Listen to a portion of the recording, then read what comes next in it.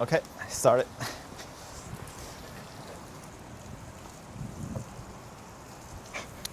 Hi everyone, this is Jove. This is the other episode of For Deployed Caffeine, and this is Hanze, one of our founding FDE in Cresta, and we are in a very special event. This is actually the very first on-site, off-site of FDX. We have both FDE and the For Deployed Manager, FDPM in Cresta, and we choose this a special city and do a lot of interesting discussion, hackathon, panel meetings. I guess we can leverage this rare opportunity to have this special one-on-one style podcast. And Hanze, you're going to share, I guess you have a lot of stories to share, right? So maybe we can start from your intro about yourself, and feel free to share anything you don't really usually share in other places. Make it more personal. Interesting. Yeah, for sure. Thank you so much, Joe, for inviting me for the podcast. It's really, as Joe said, very special event, and very happy to have this opportunity to do this in the FDX Offsite. We're in Salt Lake City, and my name is Hanze Li. I come from a background of a mixture of machine learning research, software engineer. I did a lot of machine learning research back in my undergrad, like 5, 10, almost like 8 years ago, starting with very traditional, like, all the NG Coursera courses about introduction to machine learning, and all the way to NLP recommender system, and that was throughout my undergrad. And then I realized like machine learning engineer isn't like super friendly entry position for undergrad, so I kind of like take a detour to software engineering my first couple of years of career, where I still manually wrote a lot of code in Python. And I realized, okay, I have enough background knowledge, or like the foundation knowledge to write a good software. And I want to go back to my career about like machine learning, about AI. And when it is a perfect time that AI just started, that GPT-3, even GPT-2 started, and then GPT-3 is 3.5. So I took a master's degree in AI in University of Toronto, and then started my really official AI journey, where I joined Cresta last year. So it's actually a half-year ceremony right now. Yeah, it's almost for everyone, our right? First batch. I mean, almost every week, if people follow my LinkedIn, almost every week I announce someone joining us. I guess maybe next week there'll be multiple person joining us. But again, we are so lucky to have the great support from the team. That is, we can almost get unlimited budget to hire more FDE. And Hanze, myself, and Anthony, we are almost like the first batch of people, and again, we always get awesome folks in, and I guess Hanze, you joined 2 weeks after me? Yeah, one of the interesting fact for me is that I changed a lot during starting from my undergrad, even from my high school to undergrad and all the way to now. I started from someone who tried coding when I was still in like primary school, 8 years old, and I started trying like coding because back in China, all parents want to compete their children, and they send their children to all the different clubs or whatever you call it after school. And I started coding like at 8 years old, and then I just feel like, oh, I won't try this again ever in my life.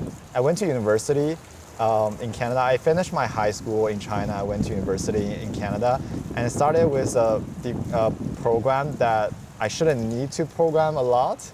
But after 1 year or like 2 years, I fall in love with coding. Mm-hmm. However, my first career, or my first official intern job, is actually hardware. So I started with hardware. Okay. I feel all the FPGA, all the Verilog, all the like sitting in the lab to do actual testing on the real silicon chip and all those things. I feel it for like a year. I'm like, no, I don't like hardware. Okay, I'll go back to my coding. And then I started like doing a lot of research stuff. I feel like, oh, I'll go to master. I'll get a PhD. I'll actually do like foundation model training and all those fancy stuff back then. But halfway through, I finished my undergrad thesis. I published like 3-4 papers, and then I'm like, no, I'm not that kind of person. So I shifted again to software engineer. I'm like, okay, I'm probably not talented enough or like not smart enough to do all this frontier researching stuff. So I want to do some software engineer. And then I realized, okay, I'm not like I'm okay with software engineer, but I'm also want to do some fancy stuff more than just software engineer. So there's a lot of pivoted life choices or like milestone throughout my life. And one interesting thing is that in my undergrad, I did a lot of campaign and running for elections, for like governing council, for student club. I actually found it one of the most impactful, or still one of the largest, or even the largest machine learning student club in U of T. Okay. It's called UT Mist, and we're kind of like trying to hire people from there, even though not a lot of success so far, but like in Cresta, right? Yeah, in Cresta. Not just FDE, in other roles as well. Not just FDE, but those people are like also people who are like getting interested in AI, in machine learning at a very early stage, at a very young age. Cool. So I have so many background about like, I can do public speaking, I can talk about random stuff, I can do research, I can do software engineer, I even know some hardware, and it's like so much combination, but I'm not top of anything in specific direction. And then I realized there's a career called forward deploy engineer with AI, where like it doesn't require you to be a perfect senior or like senior staff backend engineer to know all the infra, to know all the backend, and it doesn't need you to be like a research scientist in developing, I don't know, like OpenAI models. It doesn't need you to be a public speaker to talk about politics, but if you are good at like kind of like above average for every single thing combined, then you're really, really good at FDE. So that's a very interesting life story. I'm like, going all the way around, I feel like none of my background or none of my experience got wasted if I joined Cresta and work as FDE. So it's very interesting. Yeah, so even some of the things you are mentioning, it is my first time to learn that. Thank you for sharing that. Actually, there's a few times when you talk, I know everyone like or hates Steve Jobs. Yeah. So a couple of things. One, you might know this famous connecting the dots theory that is, it is also like Steve Jobs work on tech, work on hardware, sometimes want to like study arts, go to India, and it seems that he wastes some time, but yeah, at a certain moment that is, you feel like, oh, all those dots are connected together because you have a good sense of tech, you have a good sense of machine learning, you can coding, you can talk to customer, even talk about politics, right? Come on, this is, we don't have to talk politics every single time with our client, but that's a common topic. Or at least we need to talk about the weather, right? I doubt whether every single software engineer can confidently talk about the weather or politics. That's totally. That's not really a must-have skill, but always nice to have. And so that's a more like connecting dots part. And the other part that is one of the interview from Steve Jobs that is, I guess he mentioned about this Macintosh team.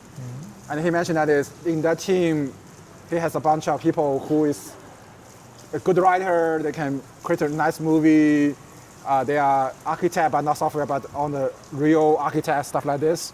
So it happened to be a lot of people with different talents working in Macintosh team and want to build a breakthrough products using technology. They enjoy using computer or high tech as a medium to make a concrete change. So yeah, I totally hear you that is FDE is in kind of odd combination of almost everything. Right? You don't need to be so good on hardware, you don't need to be so good on machine learning. But if you are too focusing on one side, you might not be able to handle all different cases. It's hard for you to build a trust with customer. It's hard for you to understand even the business logic, build some friendship with your counterparts, leverage AI to get things done at the midnight. So now I guess we don't really worry about, especially Python code generated by cursor, right? That's the least thing we worry about, but how we can do the AI in the right way, the prompt engineering, the context engineering, those guardrails, there's a lot of stuff. tool is not fully there, and we have to take our lesson learned to make the right. Exactly.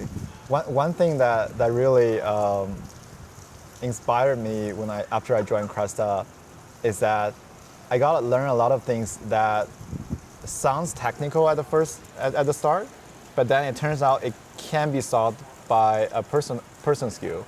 Kind of like in a lot of cases, for example, we have a request from, it's probably very standard in the product manager or even project manager field, but I never got a chance to know that, okay, customer give me a request that want me to solve something or like fix a bug.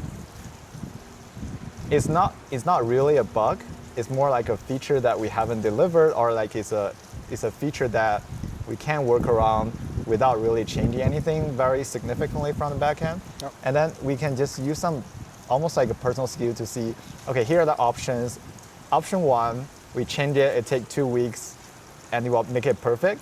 Option 2, minor change, make it like 20% better to almost like 90% times it working with minimum effort. And number 3 is that do nothing is still good enough. And that option, like most customer will choose the middle option, which is like get it done 2 hours, improve a little bit, but not really having it like to be perfect. The rationale behind is that there are so many problems, so many issues that you just need to prioritize accordingly instead of just fixing things. So partly because of AI world, because it is essentially a black box for LM, and there are always hallucination, even though on some very edge case, like you protect it very well, but there are always like hallucination on all those stuff. So you really need to focus on prioritizing things instead of fixing things. Yep. So that's my takeaway from Cresta, that sometimes as a software engineer, as a tech guy, you focus a bit too much on actually how to solve the problem without like seeing where the problem comes from and trying to understand what's the best way, not just in the tech world, but also all around it. So that's a very interesting thing that I learned. Yeah, it's a new world almost, right? Yes. Some people still living in the previous world, but in one way or the other, you have to adapt. And for a while, engineer, we pair with PM, we pair with Scrum Master, a bunch of risk managers. It's a different stage, and we are the person get a ticket, get a PRD, and do some research, breakdown test, have some t-shirt sizing, and whatever test cases, and all the loop. So I guess no one need to be brained, but it is the common pattern. You just follow the guideline from PM, and yeah, I'm on it. I may need 2 weeks or even 2 months to build this in a high quality way. But this might not be the best way if you work as FDE, because again, we always work with FDPM as our counterpart or as a team member together to understand what people really want. But there's still a lot of decision or prioritization or even negotiation that FDE can do. Everyone work on multiple projects. It's not always the case that it's every single decision you can pull FDPM, give the context, let them to make decision, come up with a proposal and make decision. And so that's part of the reason why we only hire senior FDE and people build the trust with the client, get all those asks, and also come up with this, it's not always yes, not always no, but you need to share what's the full picture is, right? Because everyone have random ideas. Yeah. And yeah, it would be nice doing this, but if you share, yeah, we can do that with the cost of slow down other more important stuff, or even you do that, it's not always 100% right. There's always part of the randomness. So they will balance, right? So we cannot always say, yeah, I'm on it. Yeah, we appreciate that attitude, but realistically speaking, that is every FDE is almost like a CTO in a startup company. That is, you know tech very well. You can handle customer engagement directly, but you prefer work on the tech side, not too much on the business part.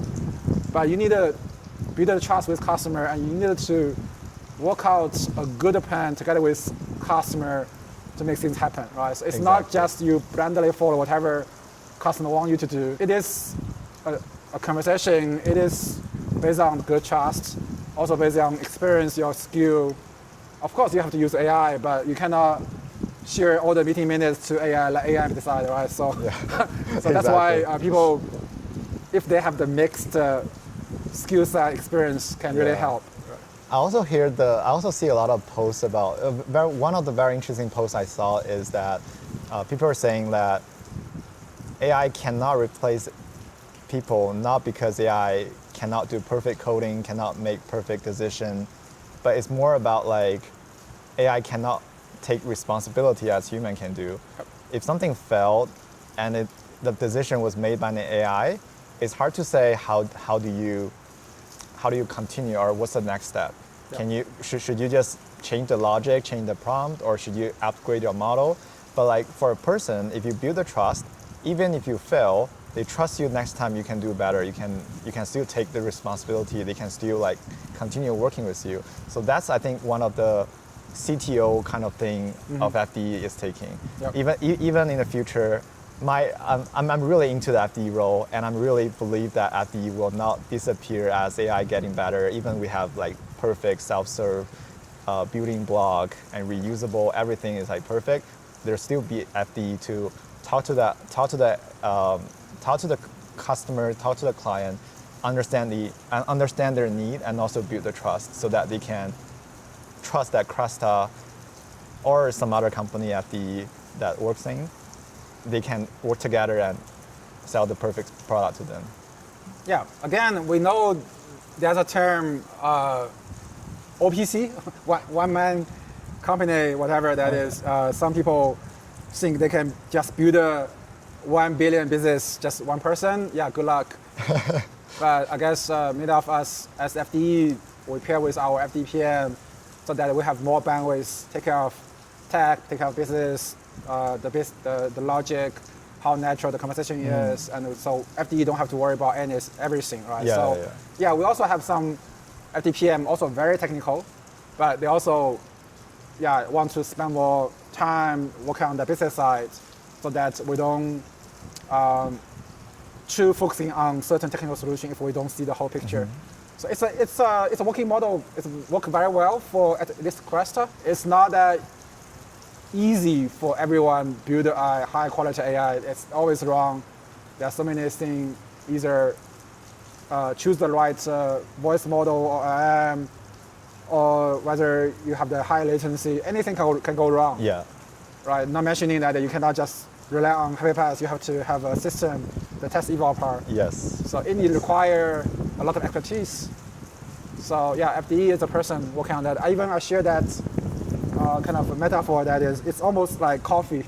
So we are the barista. We are the professional to make awesome coffee with a very sophisticated machine, with very nice milk, with nice coffee bean, but we also have the right knowledge, tech, and experience to make the coffee way better than the average person can make at home, right? So even you can buy those machines or buy those beans or those equipment.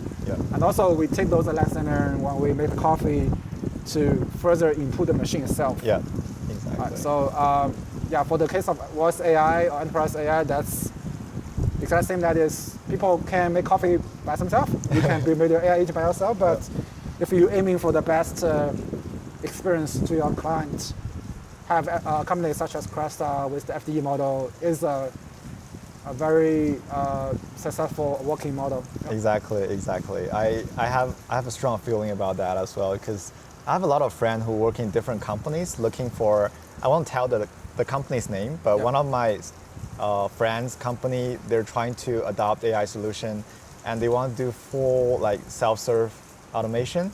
They started failing because they're just using some ready to like out-of-box model in the market, and then they try to buy SDK from vendors who has supported it, but eventually they want to like send it to some vendor to fully do it by FDE. The reason behind is that even if you have a strong engineer team as we have in Cresta, you don't have the exposure to all other customers that we have serviced before.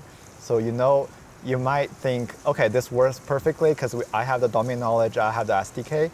But even you have the domain knowledge, you don't know how your competitors doing. You don't know how other companies in other industries doing. There are always like edge case or like rabbit holes that you fall into without knowing the whole picture. And Yeah, if you are not forward deployed to that business, for example, airline, yeah, right? So there's some common things almost everyone in the airline space prefer to do, but if you're an outsider, yeah, exactly. if you never be an intern, if you never be an employee, you don't really get those kind of idea or kind of common sense naturally, right? Yeah. So we are talking about people don't want to read out the takeoff day, the time, or the seat numbers. So there's something, it's hidden knowledge, or it's common sense for that people in that domain. Yeah. But if you just a platform guy, a pipeline guy, a tech guy, you don't really understand all the details. Even it's not really rocket science, but if you don't know, you just don't know. You don't know what you don't know, right? Exactly. So it's that's like simple. unknown world. Yeah, Exactly. and also there's a lot of stuff. For example, we work with different CCaaS, call center as a service, right? So this is a space with 20 or 30 years history, so many different systems all there, and they have different protocol, different API. Some UI still using Java, whatever, AWT or Swing. Some using local IDE.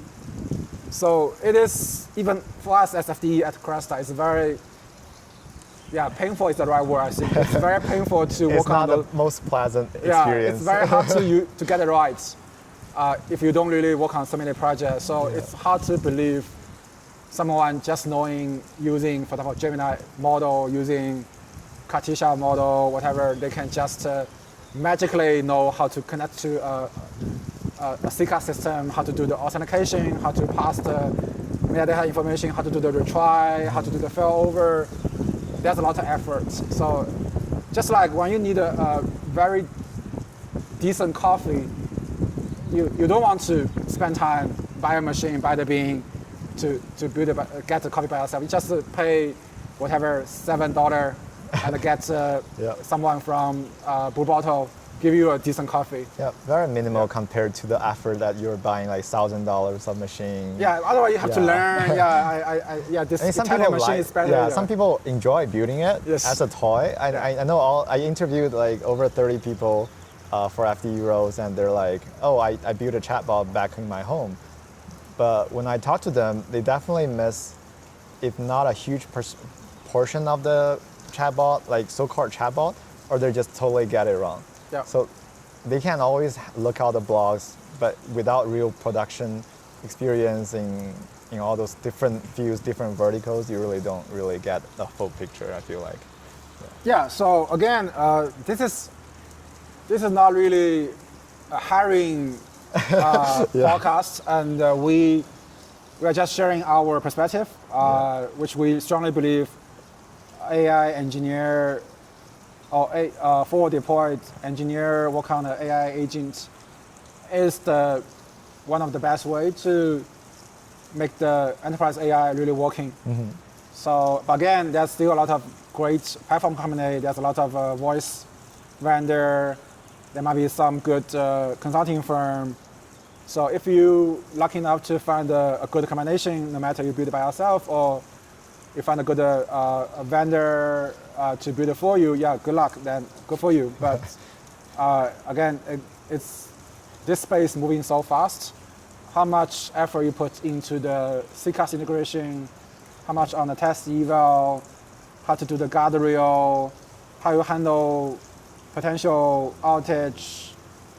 Even multilingual is not a fully solved problem. Yeah, And all those people handling the VAD, which is how you know this is the right time for the other person to chime in. All those things. It is still the beginning, and everything has changed after four months. So we have to keep updating our internal knowledge base, our SDK. exactly. If you just read some blog, follow some tutorial, it's not enough if you want to make this in production. Yeah, and switch gear a little bit. I guess you are one of the few person in the FDE team can publicly share your client, which is Brinks. Oh yeah, that's true. Yeah, that's Brinks very true. is everywhere in our blog, in our website, and we work on many other great customer, but unfortunately Yes. we cannot share for whatever reasons. But Brinks we can safely share. Yes.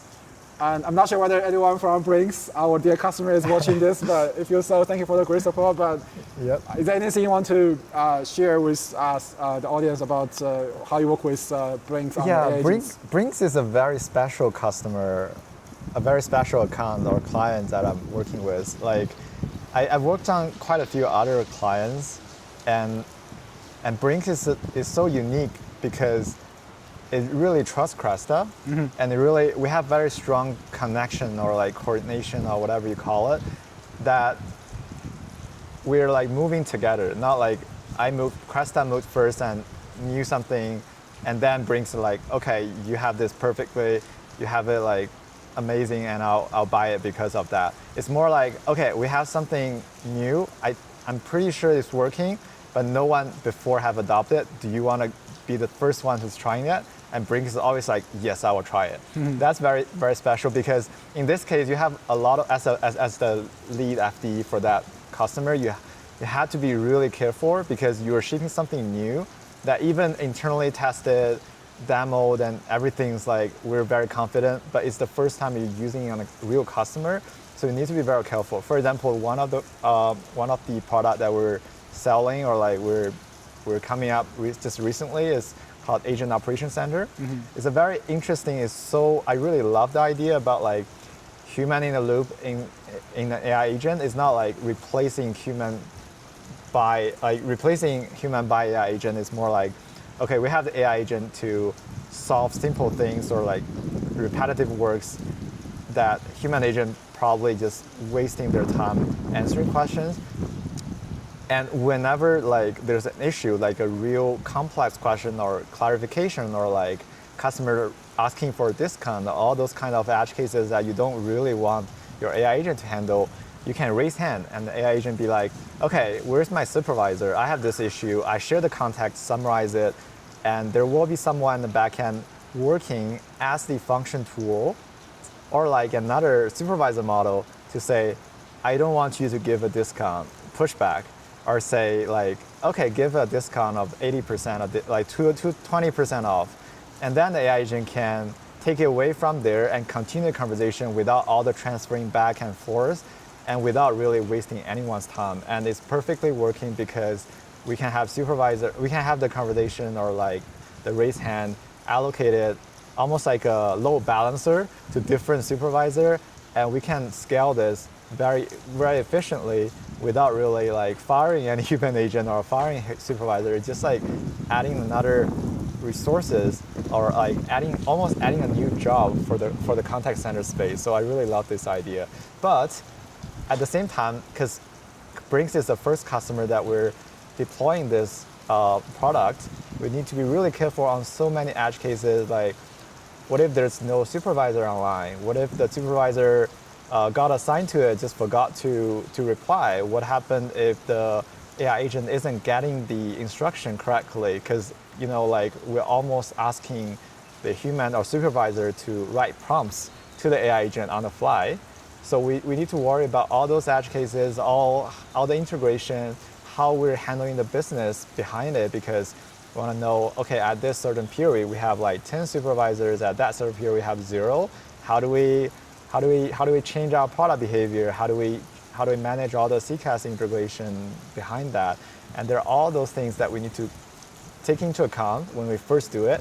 But the second time we do it, it will be much easier because we have all those experience and the product is very mature. But the first time, like, there are always people wondering what happened this, what happened that, and we need to think about it. So it's very unique experience working with Brinks on all those new stuff, but also it's very, very fun because you're the first person deploying it.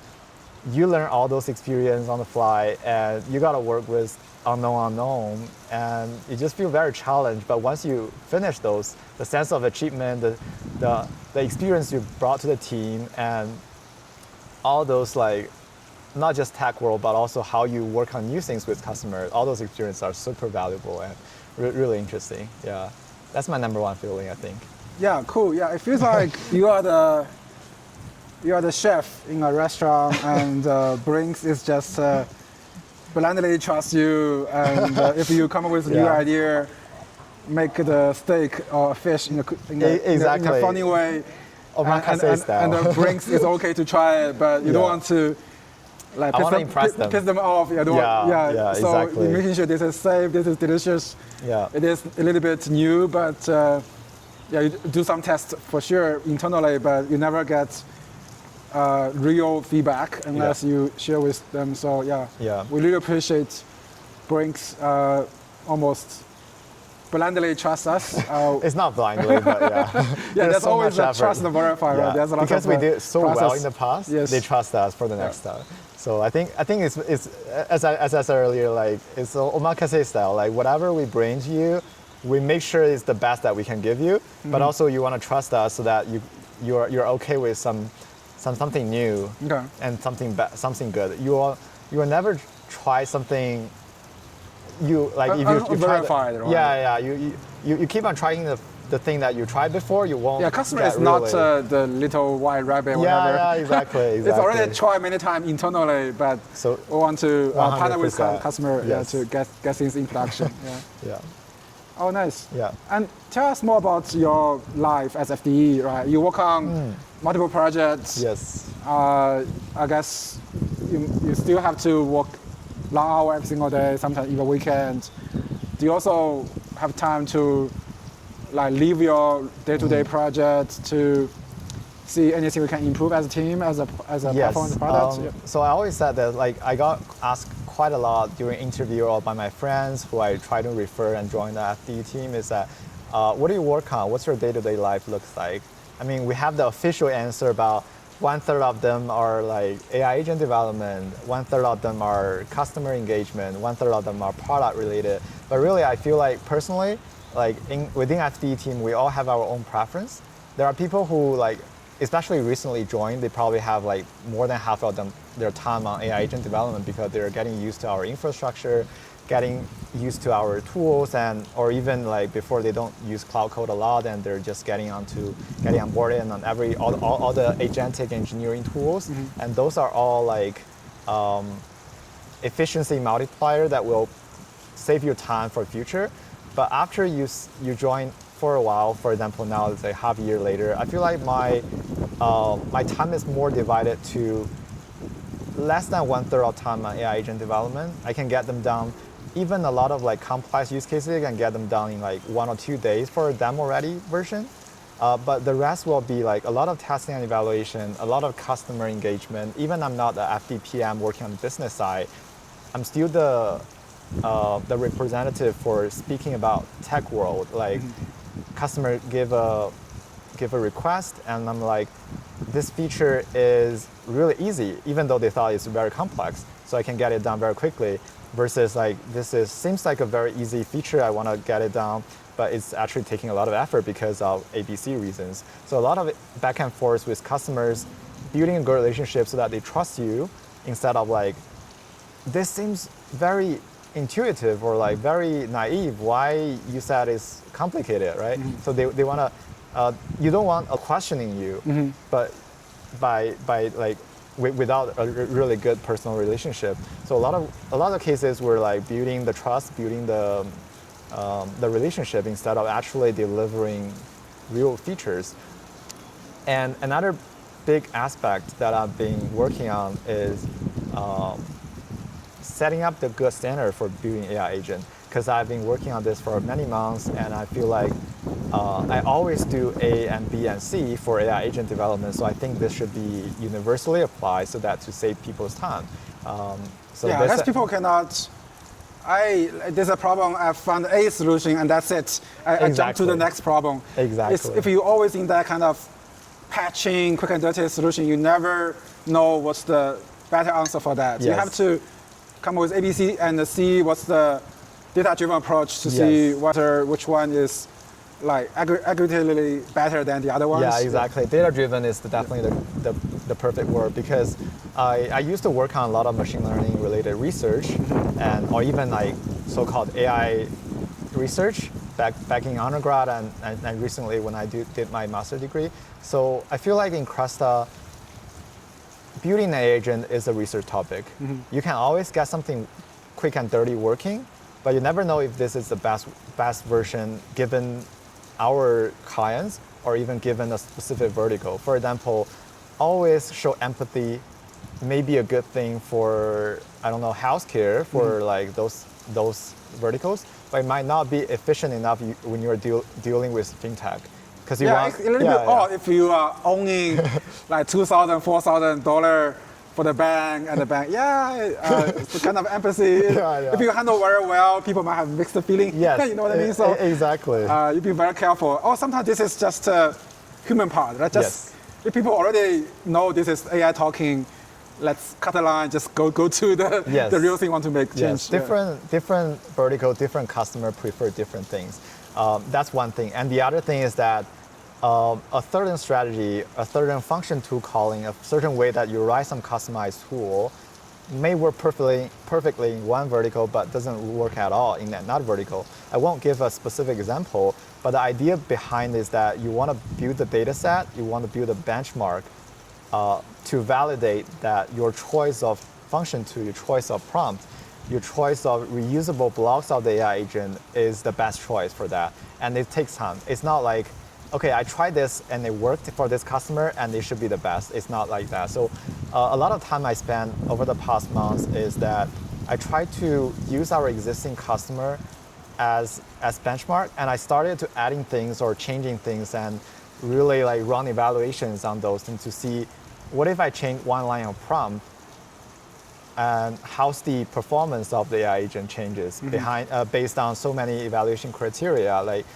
I'm pretty sure I listened to the previous podcast with Anthony, with Ara. They all talked about testing and evaluation. So I won't add too many repetition or like too many emphasis on that. But with all those evaluations, all those criteria, we're able to see if this is good versus if this is bad. So given all that and a really good evaluation like benchmark, then we can know like whether our way to do things is really good. This is almost irrelevant to model upgrades. So it's really nice that even we have a new model setting up, for example, now we're using GPT 5.1. If we upgrade to 6.1, are the prompts still the best practices? We don't know. So we want to set out the benchmark so that in this specific vertical, with these prompts, with this base model, with all those function tools, the conversation is still good. Then we can like freely upgrade it to allow more capabilities for the new model, or like we can trust that we make a change and the regression is still working fine. The regression test can still pass. So that is I think the secret sauce in Cresta, that we have so many customer engagement, we have so many data set or data points that are collected. So only us can have this benchmark created for our AI agent. And that is the research topic. It's a very big topic. But once we have the benchmark, we can start testing. We can iterate very quickly on different strategies and different things, so that we can be the leader in this contact center space, I think. Yeah, there's never short of ideas or new way doing things.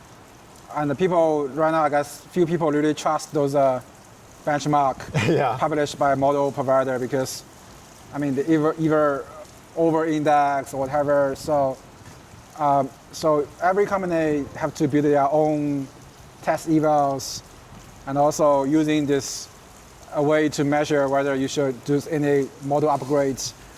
And essentially, that's part of the reason we as the FDE team work on so many different projects. We don't really lucky enough to find a solution. We're trying to find a repetitive pattern and with certain level of customization, but it is generally better than other approach. And it's okay if we change it half a year later, but you cannot really build a thing and say good luck. Because you don't want to be paged at 2 a.m. and you have no idea what's going wrong. So you need a very nice platform with all those observability, those data points, but also you have a lot of